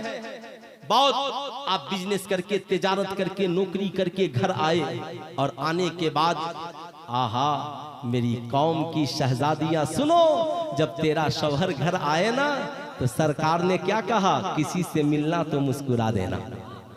जब तेरा शौहर घर आए ना तो देखकर मुस्कुरा देना, तेरा बाप घर आए ना देखकर मुस्कुरा देना, तेरा भाई घर आए ना तो देखकर मुस्कुरा देना, ताकि तेरी मुस्कुराहट से तेरे भाई की परेशानी दूर हो जाए, तेरे शौहर की थकावट दूर हो जाए, तेरे बच्चों की जिंदगी हसीन हो जाए। है ना? सुनो, गौर से सुनो, अल्लाह अल्लाह। घर आया, बीवी है, बीवी तुम्हारी है ना, उससे मोहब्बत की बातें करो, उससे प्यार की बातें करो। ये नहीं आते ही खाना कहाँ है, पानी कहाँ है, किधर थी, तुमने क्या किया, नहीं यार, मोहब्बत की दो बोल बोल। आका फरमाते हैं ये औरतें टेढ़ी पिछली से पैदा हुई हैं, इनसे मोहब्बत का इजहार करो। मोहब्बत करोगे ना, सरकार फरमाते हैं ये तुम्हारे कदमों में अपनी जान निछावर कर देंगी। याद रखना गौर से मेरी बात, बीवी तेरी है। तू कहता बीवी तेरी, बीवी ने कहा सुना है मेरी बहन की शादी है, मुझे मैका जाना है, 10,000 रुपए चाहिए, कपड़े भी लेने हैं और बहन के लिए भी कपड़े लेने हैं। तू जलाल में आ जाता है, गुस्सा में आ जाता है, बीवी से कहता खबरदार, बहन तेरी है तो मैं क्या करूं, जा अपने बाप से मांग ले, अपने भाई से मांग ले, पूरा न मानना। बीवी तेरी है, पैसा बाप से मांगेगी, बीवी तेरी है, पैसा भाई से मांगेगी। तेरे निकाह में आई है, अख्तर रजा ज़ियाई साहब ने निकाह के वक्त कहा था मान नानो नफका वो सुकना, तुम भूल गए इसका खर्चा तेरे जिम्मे है, इसका कपड़ा तेरे जिम्मे है, इसका मकान तेरे जिम्मे है। ऐ मेरी कौम का नौजवान, तू कहता है तेरी बीवियां गैरों के साथ भाग रही है, तू बीवियों का ख्याल करता कहाँ है? तूने बीवियों के कितने कलेजे के टुकड़े किए हैं, तुमने बीवियों को कितने ताने दिए हैं, उनकी औलादों के सामने तुमने उन्हें गालियां दी है, उनके माँ बाप के सामने तुमने उन्हें बुरे भले कहे हैं, उनके रिश्तेदारों के सामने तुमने उन्हें डांटा है। तुम भूल गए उनकी मोहब्बत का पहलू क्या था, उनके मोहब्बत का इखलाक क्या था। नतीजा क्या निकलता है, बीवी तेरी है मगर तू इतना डांट देता है ना मोहब्बत के बजाय, जब उसके दिल में तेरे लिए नफरत भर जाती है। अब साहब कोई गैर मिला, रिश्तेदारी का पूछा कैसी हो, कहा सब ठीक है, कहा मायूस लग रही हो, कहा क्या करूं मेरा शौहर मेरा ख्याल नहीं करता, बहन की शादी में आई थी पैसे नहीं दिए। अब वो अजनबी कहता है टेंशन न ले, उसने नहीं दिए तो क्या हुआ, मैं भी तेरा सगा हूँ, ये 5,000 10-20,000 ले ले। तेरी बीवी उससे पैसा लेकर शॉपिंग कर रही है, मार्केटिंग कर रही है, वो उससे मुस्कुरा करके बातें कर रहा है। नतीजा ये निकलता है मकान तेरा है, खाना तेरा है, कपड़ा तेरा है, मगर तेरी बीवी होते हुए भी तेरी मोहब्बत उसके दिल में नहीं है। मगर आज जरा सरकार के करीब चल, मुस्तफा जाने रहमत की जिंदगी का एक पहलू सुन ले।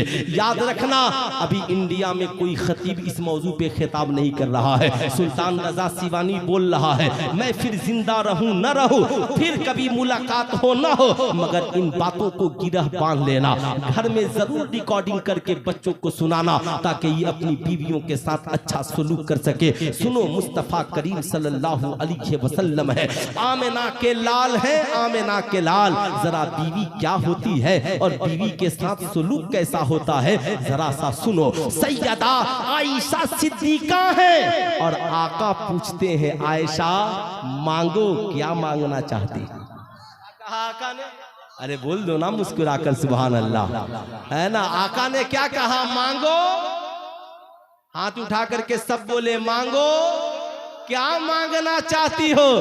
आप भी तो कभी आका की इस नारे को लगा सकते हो, घर में कभी अपनी बीवियों से मुस्कुरा कर कह सकते हो ऐ मेरी शरीके हयात मांगो, क्या मांगना चाहती हो? बीवी भी आपकी औकात को समझती है, घबराइएगा मत।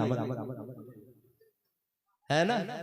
बीवी भी आपकी औकात को समझती है, घबराइएगा मत। मगर उस जब आप एक जुमला बोलोगे ना आका का ये, तो बीवी का कलेजा फक्र से चौड़ा हो, कहेगी मेरे शौहर क्या मांगू, तू खुश रहे मेरी जिंदगी खुशहाल हो जाए, तू खुश रहे, तू खुश रहे मेरी जिंदगी खुशहाल हो जाएगी।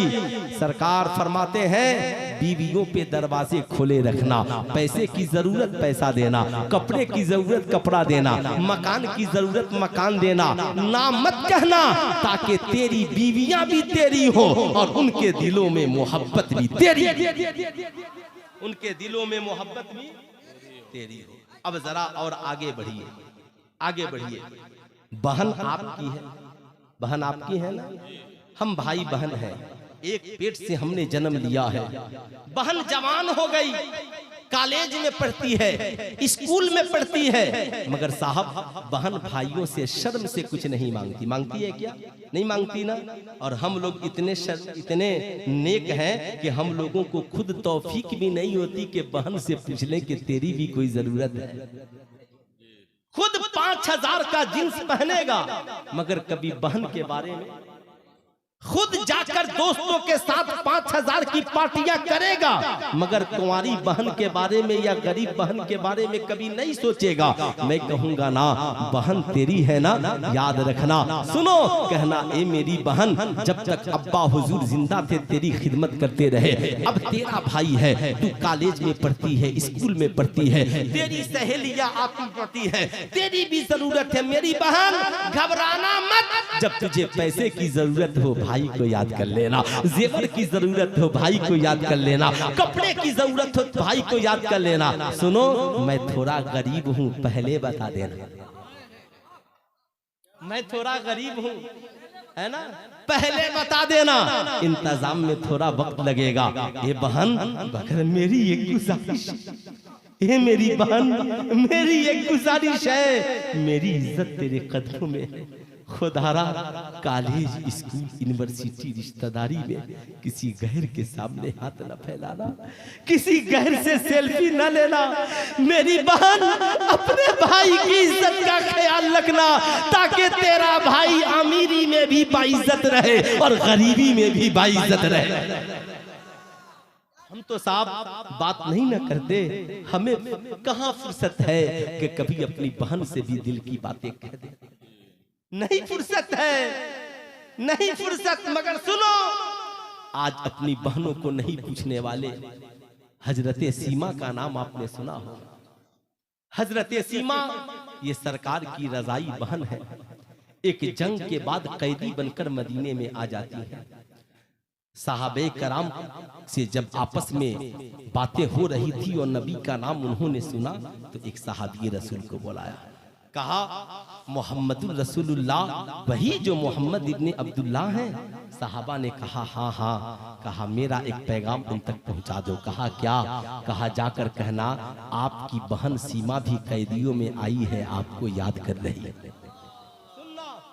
तारीख के ये बाब और ये औराक जब साहबा सुने ना कि सरकार की बहन है, दौड़ गए, दौड़ गए, जानम फिदाए मुस्तफा, दौड़ गए। सरकार एक औरत है और कह रही है कि मेरा नाम सीमा है और मोहम्मदुर रसूलुल्लाह मेरे भाई है। आका भी सुने ना तो खड़े हो गए, खड़े हो गए। कहा मेरी बहन सीमा आई है? कहा हाँ। कहा जाओ उन्हें तकलीफ न देना, जल्दी लेकर के आओ। साहबा अर्ज करते हैं आका ये कौन है? कहा जानते हो जिनकी गोद में मैंने बचपन में सांसें ली हैं, ये मेरी बहन सीमा वही है जो मुझे उंगलियां पकड़ के लेकर के जंगलों में जाया करती थी, घर के बाहर लेकर चला करती थी। हजरत सीमा मोहल्ले की लड़कियों से कहती सुनो मैं अपने भाई मोहम्मद इब्ने अब्दुल्लाह को लेकर आ रही हूँ, तुम भी अपने भाइयों को लेकर आओ। आज मुकाबला करते हैं कि मेरा भाई खूबसूरत है या तेरा भाई खूबसूरत। तेरा भाई हजरते सीमा, अल्लाह अल्लाह, हजरते सीमा है एक रोज धूप में लेकर आका को निकल गई। किसमें? धूप में। धूप में लेकर आका को निकल गई। सैयदा दाई हलीमा की नजर पड़ गई। जो ही नजर पड़ी ना सैयदा दाई हलीमा की, मचल गई सैयदा दाई हलीमा। बोल पड़ी सीमा, अपने भाई को धूप में लेकर कहां चली जाती हो? हजरत सीमा कहती हैं, हजरत सीमा कहती हैं, अम्मी जान फिक्र न करे, जब मैं अपने भाई मोहम्मद इब्ने अब्दुल्ला को लेकर धूप में निकलती हूँ ना तो बादल साया बनकर के साथ साथ चला करता, साया बनकर साथ साथ चला करता है। हजरत सीमा जब आई, आका देखे तो मचल गए। बहन का इस्तकबाल किया, चादर मुबारक बिछा करके अपनी बहन सीमा को बैठाया और कहा, सीमा आप कैसी हैं? ऐ मेरी बहन तबीयत कैसी है? कोई तकलीफ तो नहीं हुई? बहन मुस्कुरा पड़ी, मेरे भाई आप तो इतने बड़े हो गए, गोद में थे ना आका? अल्लाह अल्लाह, हजरत सीमा है कहती हैं, मेरे भाई आप तो अब उम्र में इतने बड़े हो गए, आका को तो खुदा ने बड़ा बनाया ही था। हजरत सीमा से बातें हो रही हैं, आप कैसे हो? आपके बच्चे कैसे हैं? हजरत सीमा मुस्कुरा रही है। आका करीम पूछते हैं अपनी बहन सीमा से, बहन अब एक काम कर, बड़े दिनों बाद मुलाकात हो गई है, अब जाना आना कैसा है? अब अपने भाई के घर पूरी जिंदगी गुजार, भाई के घर, अपने भाई के घर पूरी जिंदगी गुजार दे। यार हम तो अपनी बहनों के घर नहीं जाते ना, नहीं जाते, पैसे लग जाएंगे। कभी बहनों को फोन करके पूछते नहीं हैं, नतीजा क्या निकलता है? बहनें ना उम्मीद हो जाती हैं, वो अपने ससुराल में इसलिए कमजोर हो जाती हैं कि हम जैसा मजबूत भाई कभी बहन के घर नहीं जाता, बहन की खबर खैरियत नहीं लेते। ऐ मेरी कौम का नौजवान है, बच्चा क्या करने आए?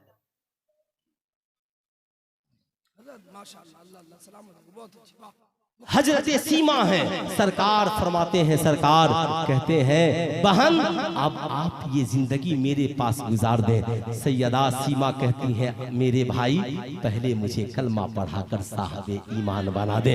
साहबे ईमान बनती हैं। मेरे भाई की ये शान, मेरे भाई के इतने दीवाने, मेरे भाई के इतने चहीते सीमा को पता नहीं था। आका ने कहा, बहन अब तो तेरा मेरे दो रिश्ते हो गए, एक तो रजाई बहन का रिश्ता और एक ईमान का रिश्ता। ए मेरी बहन अब तो नहीं जाना। कहा फिर मेरे बच्चे हैं। आका करीम मुस्कुराए, कहा ए मेरे सहाबा घर जाओ, देखो माले गनीमत आया है, जितना होना सब लाओ और ऊँटनी पे लाद दो और 2 आदमी जाकर मेरी बहन को इसके कबीले तक पहुंचा, ताकि मेरी बहन को रास्ते में कोई परेशानी, अरे बोल दे, परेशानी ना हो। ये सहाबा है, ऊँटनियों पे माल लाद दिया गया। हजरत सीमा बड़ी शान के साथ, अल्लाह अल्लाह, साहब सरकार की जो रजाई बहन थी बड़ी शान के साथ चल रही है। जब अपने कबीले में पहुंची, इतना मालो से लेकर कबीले की औरतें देखकर हैरान हो गई। ये सीमा तू तो गरीब थी, इतना अमीर कैसे हो गई? ऐ सीमा इतना मालदार कैसे हो गई? इतना कहां से लेकर आ गई? साहबे कराम ने कहा, टेंशन न लो, ये इनके भाई मोहम्मद इब्ने अब्दुल्ला ने दिया है, मोहम्मद रसूलुल्लाह ने दिया है। हजरत सीमा की सहेलियों ने कहा, ए सीमा क्या तेरे भाई को इस बात की फिक्र नहीं कि सारा माल तुझे दे देगा तो गरीब हो जाएगा? हजरत सीमा ने कहा, मेरे भाई की शान निराली है, सुबह को माल आए तो शाम तक बांट देता है, शाम को आए तो सुबह तक बांट देता है। आला हजरत की जबान, नारे तकबीर, नारे रिसालत, सीरते मुस्तफा, किरदारे मुस्तफा। आला हजरत की जबान में यूं कहिए, मेरे करीम से गर कतरा किसी ने मांगा, दरिया बहा।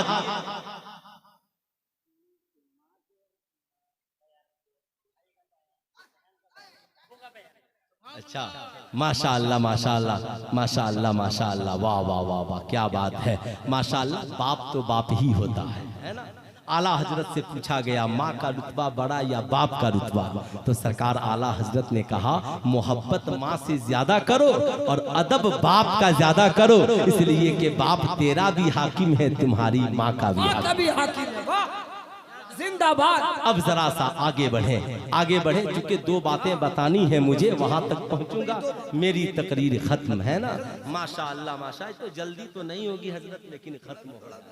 है माशाअल्लाह माशाअल्लाह, है ना। सुने जरा मोहब्बत से सुने, जानना बहुत जरूरी है। आज नहीं जानेंगे तो कब जानेंगे। हजरत सीमा ने कहा नहीं मेरा भाई बड़ी शान वाला, वो जिसे नवाज देता है वो अमीर हो जाता है, वो गरीबी की फिक्र नहीं करता। उनके कबीले की औरतों ने कहा अगर हम भी ईमान लाए तो क्या हमें भी तुम्हारा भाई इतना माल देगा? सैयदा सीमा ने कहा बेशक देगा। आका की इस मोहब्बत का नतीजा ये निकला कि हजरत सीमा के कबीले की सारे मर्द औरत बच्चे बूढ़े आकर के मुसलमान हो गए। आज के बाद अपनी बहनों की खिदमत करना, उनका ख्याल रखना। बेटी तेरी है, ईमानदारी से बता, जवान हो गई कभी उससे गुफ्तगू कर। ए मेरी बेटी, बचपन से लेकर जवानी तक मैंने तुझे पाल पोस कर बड़ा किया, कभी तेरे अरमानों का खून नहीं होने दिया। कपड़ा मांगा कपड़ा दिया, जेवर मांगी जेवर दी। ए मेरी बेटी अब तू कॉलेज में पढ़ने जा रही है। ए मेरी बेटी, किसी अमीर की अमीरी को देख के थर्रा मत जाना, किसी पे अपने दिल को लूटा न देना। ए मेरी बेटी, जरा एक बार अपने बढ़ते कदम को देखते हुए अपनी बाप की इज्जत का ख्याल रखना। ए मेरी बेटी, दुनिया बड़ी रंगीन है, तेरा बाप गरीब हो सकता है मगर तेरा बाप तेरी जरूरत का ख्याल रखने में पीछे नहीं हटेगा। ए मेरी बेटी, दौलत चाहिए इस बाप को याद करना। तुझे मेरी बेटी ब्रासलेट चाहिए, चैन चाहिए, सोना चांदी चाहिए, अपने बाप को याद रखना। हो सकता है मैं उस वक्त न दे सकूं, लेकिन कमा कर तेरी जरूरत जरूर पूरी करूंगा। ए मेरी बेटी, मोबाइल फोन चाहिए ना, लेकिन उसका इस्तेमाल गलत न करना, फेसबुक और व्हाट्सएप की वादी में न डूबना। ए मेरी बेटी, अपनी इज्जत का ख्याल रखना और कॉलेज के किसी आवारा कुत्ते के सामने अपने हाथ को न फैलाना। याद रखना, सरकारे मदीना सल्लल्लाहु अलैहि वसल्लम सैयदा खातून जन्नत के लिए फरमाते थे, फातिमा तेरा बाप है ना, तेरा बाप है ना।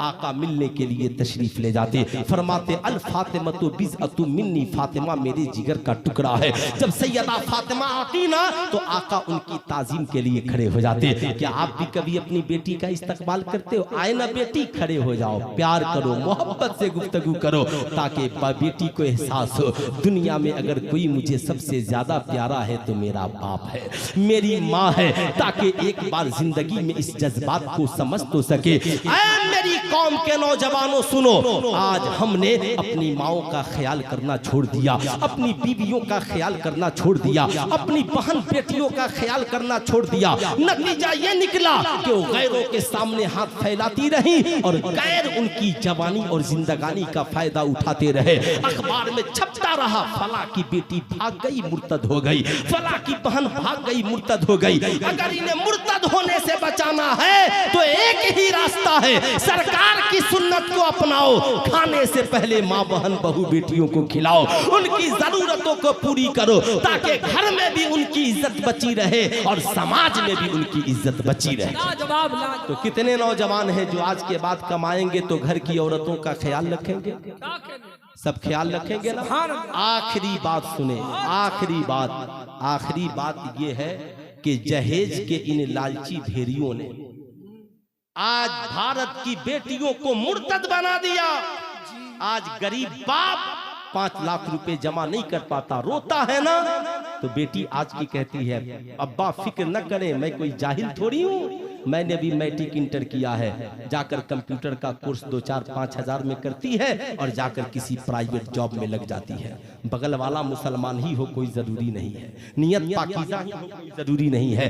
गैर भी ऑफिस में काम करते हैं, कहते हैं कैसी हो, हाउ आर यू, ठीक हो, सब ठीक ठाक है ना, तुम कैसे यहाँ आ गई, तुम तो बड़ी नेक घराने की लड़की हो। जब ये सुनती है ना तो आंख में आंसू आ जाते हैं, कहती है गरीबी ने मुझे यहाँ ला दिया है, मेरा बाप दामाद नहीं खरीद सकता, इसलिए मैंने बाप की गरीबी को दूर करने के लिए कमाने का फैसला लिया है। अब वो गैर कहता है टेंशन न ले, वो तेरा माशरा है जहाँ नौजवान जहेज मांग रहे हैं, मैं हूं ना, तेरी हर जरूरत पूरी करूंगा। बोल डॉक्टर के यहाँ चलना है, अब साहब वो गैर नौजवान तेरी बहू बहन बेटियां जो काम कर रही हैं उनकी जरूरत भी पूरी करता है, उनके माँ बाप का भी ख्याल करता है, उनके घर भी आता जाता है, सिर्फ किस वजह से कि हम लालची हो गए। हमने जहेज की लानत को लानत नहीं समझा। हम बहुत मार्केट के बड़े हुसैनी, अभी अभी देखिएगा 10 मिनट बाद आप लोगों से बड़का आशिक मुस्तफा कोई नहीं होगा और आप लोगों से बड़ा आशिक हुसैन भी कोई नहीं होगा। लगेगा जान दे दीजिएगा मगर बेटे की शादी में कबो जहेज नहीं छोड़िए। शर्म आनी चाहिए, शर्म। बताओ इस्लाम में जहेज मांगना हलाल है क्या हराम है? हाथ उठाकर बोलो हलाल है क्या हराम है? हराम है जहेज मांगना। मगर बताओ ईमानदारी से, हम लोग मसलके आला हजरत वाले हैं ना। पूरी दुनिया में चलो तो मसलके आला हजरत पर और बरेली में चलो तो राह आला हजरत पर, राह नहीं भटकोगे। आला हजरत से पूछा गया हुजूर जिस महफिल में गुनाह हो उस महफिल में जाना कैसा? कहा अगर ताकत है कि गुनाह को बंद करा दो तो जरूर जाओ और ताकत नहीं है ना तो मत जाओ। ईमानदारी से बताना, आपका भाई जहेज मांगता रहा, आप उसकी बारात में जाते रहे। आपका चचा अपने बेटे की शादी में जहेज मांगता रहा, आप जाते रहे। आपके मोहल्ले में शादी ब्याह में डीजे पे डांस होता रहा, आप जाते रहे। मेरे जैसा पेट पालने वाला मौलवी निकाह पढ़ाता रहा, न मैंने मना किया न आपने मना किया। बोलिए किसी ने मना किया? अरे बोलिए इसमें शर्माने क्या बात है? अपना ऐब खुले तो हम न बोले। दाग हुए के मीर हुए सभी एक ही जुल्फ के असीर हुए। काबे किस मुंह से जाओगे गालिब, शर्म तुमको मगर नहीं आती। जिस दिन हम लोगों ने फैसला कर लिया जो जहेज मांगेगा उसकी बारात में नहीं जाएंगे, जो जहेज मांगेगा उसके शादी में शरीक नहीं होंगे, जो डीजे डांस करेगा उसकी शादी में शरीक नहीं होंगे, उसका निकाह नहीं पढ़ाएंगे। है किसी के में दम जो जहेज मांग दे? आप चाहते हैं खुदारा गरीबों की बेटियां मुर्तद नहीं हो, आपकी बेटियां काफिरों के साथ नहीं भागे, तो नौजवानों जहेज मांगना बंद कर दो। करोगे बंद? बूढ़ों से नहीं, सिर्फ जिनकी शादी नहीं हुई है 10 नौजवान हाथ उठाओ के शादी में जहेज नहीं मांगोगे। नहीं लेंगे इंशाल्लाह, हम भी इंशाअल्लाह जरूर। और माँ बहन बहू बेटियों से कहूंगा कि आप तो कम से कम माँ हो तो शर्म करो, क्यों बेटा बेच रही हो? आप तो कम से कम अपने बेटा से कह सकती हो कि मेरे बेटे, मैं तो मेरी शादी में कितनी परेशानी हुई थी, तू क्यों किसी की बेटी को इतना सता रहा है? नेक बनिए, पाकीज़ा बनिए। सरकार दुनिया में इसलिए तशरीफ ले आए, युअल्लिमुहुमुल किताब वल हिकमा, ये नबी तुझे किताब और हिकमत सिखाने के लिए आए हैं। इसलिए साहब याद रखिए, समाज माशरे दुनिया व आखिरत में आपको अच्छा बनना है, समाज में जिंदा रहना है, तो आपको वो काम कीजिए जो नबी को पसंद है। कौन काम कीजिए जो नबी को? हाथ उठाकर बोलिए, काम क्या करेंगे जो नबी को? और उन कामों को छोड़ दीजिए जो नबी को पसंद ना हो। नहीं है। आला हजरत की जबान में यूं कहिए, उन्हें जाना उन्हें माना, न रखा गैर से काम, लिल्लाहिल हम्द में दुनिया से मुसलमान गया। जिंदगी बाकी मुलाकात बाकी। पूरा मजमा मिलकर पढ़िए, अस्तगफिरुल्लाह रब्बी मिन कुल्ली ज़ंबी व अतूबु इलैहि। पढ़ लीजिए ला इलाहा इल्लल्लाह मुहम्मदुर रसूलुल्लाह सल्लल्लाहु अलैहि वसल्लम। अस्सलामु अलैकुम।